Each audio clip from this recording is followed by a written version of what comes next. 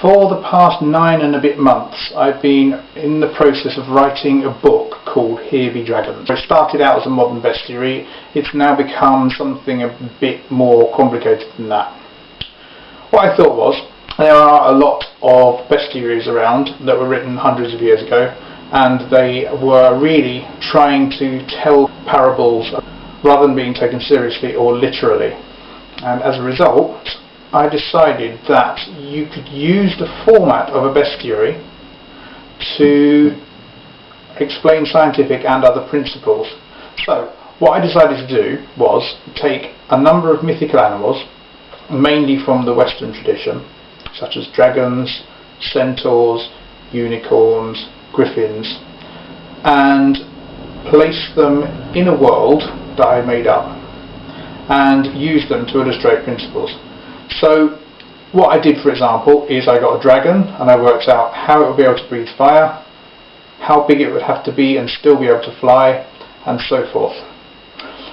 Then I realised that in order for that to happen, I had to alter the world, and also that there were some worlds that didn't fit together because there are different kinds of myths and they're not all about the same stuff and they don't all fit.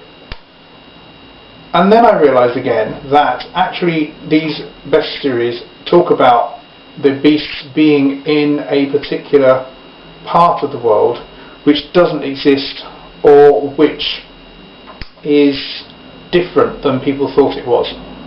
And as a result, I then realised that as well as writing a bestiary, I would need to write something that was more like an atlas, like the old maps that you get, like the Mappa Mundi and Ptolemy's map of the world, that would indicate that the world had different continents and so forth.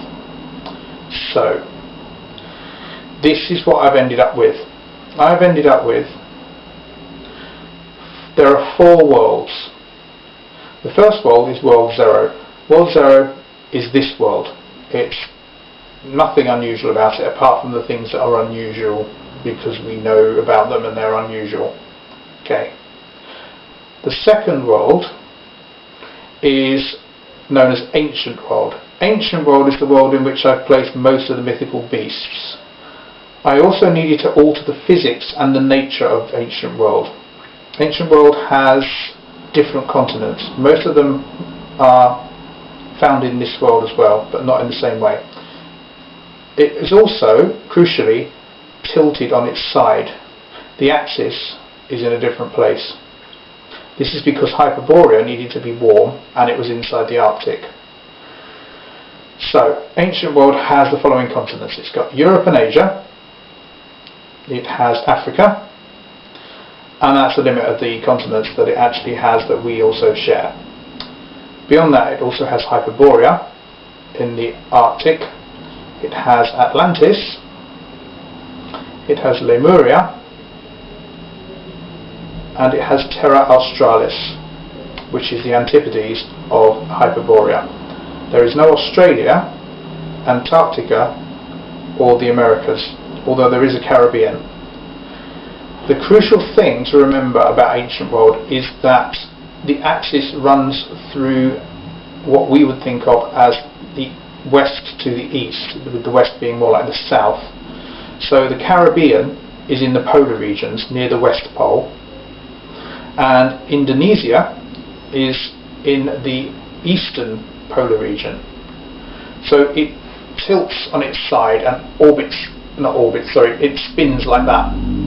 It's tilted and spins. Now the other thing about Ancient World is that it has higher density because it formed near Jupiter and has a lot of xenon in the atmosphere.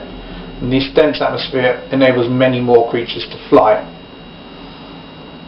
And also it's in a universe where there is an extra force known as pyramid power, which acts a bit like the strong nuclear force over about a range of 150 meters and needs 5 different flavours in the same way as there are 5 different flavours of quark, 4 different flavours of quark. One of those flavours extends into a different dimension. This pyramid power enables people to construct gates into other universes. And another thing is that the magnetic force is much stronger than in this world. Right. Now the second world is realistic world. Realistic world can be reached through the gate in Bermuda in the Caribbean, which is associated with the West Magnetic Pole in ancient world. In realistic world, everything is superficially similar to the way it is here, although the laws of physics are the same as they are in ancient world. And the difference is that a lot of the things that we tend to think are true, or which are popularly supposed to be true, are actually true. So for example, we really do only use 10% of our mental capacity, and there really are pop rocks which have killed people and it's been hushed up. The kind of things that exist in realistic world are things like flying saucers, grey aliens, reptilian humanoids, the Loch Ness Monster, the abominable snowman, the Sasquatch and so forth, although the Sasquatch does actually exist in another world as well. The third world is Westworld. Westworld is all the bits that were left over when ancient world took away. It's basically the opposite of ancient world. Magnetic field is weaker there. There's a remarkable lack of things that are present here. The atmosphere is thinner. To people in Westworld, this world would seem like it was full of mythical beasts and wonders. Westworld has only got a few continents. It's got North and South America, Australia and Antarctica. In Westworld, humans evolved in America, in South America, and spread to North America, and they are smaller than us. They evolved from New World monkeys, and there's a crucial difference in the way they perceive colour, because men perceive colour differently than women, and they speak a different language because their vocal apparatus is different. Finally, there is Aphrodite's children. Aphrodite's children are on the ancient world universe's Venus. In ancient world again, Venus is very close to the Earth and is habitable and covered in ocean. In the shallow parts of that ocean there is a hive mind. This hive mind is sort of playing a game or dreaming, or whatever you want to call it, that there is a turtle on which there are 4 elephants, and the world, which is flat, is on the back of those 4 elephants, and that dream includes all the beasts that are living in there. In this world there are animals like the basilisk, which can kill with the look, and other things that are more or less often to do with the evil eye type approach to things. If something isn't seen in Aphrodite's children, it doesn't exist. There's a connection between Aphrodite's children and an animal that lives in the great ocean on ancient world, which is a giant turtle, 115 metres long, which has amphibious elephant-like creatures living on its back, but it's nothing like as fanciful as the world turtle that's believed in various mythologies around the world. So that's Here Be Dragons. I'm wanting an illustrator. At the moment I don't have an illustrator. I'm planning to finish the first draft at the end of October. Then I'll submit it for people to proofread it and make comments on it. I will finish the final draft by the end of November.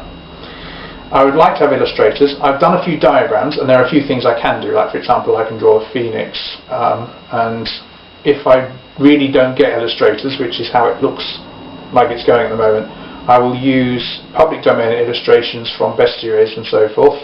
I can do maps, I can do other things, diagrams and so forth, but it really could do with some illustrators. So if there's anyone out there who wants to illustrate it, please get in touch, and we can work together. But the aim is to get it finished finally and out there and on Lulu by the end of November.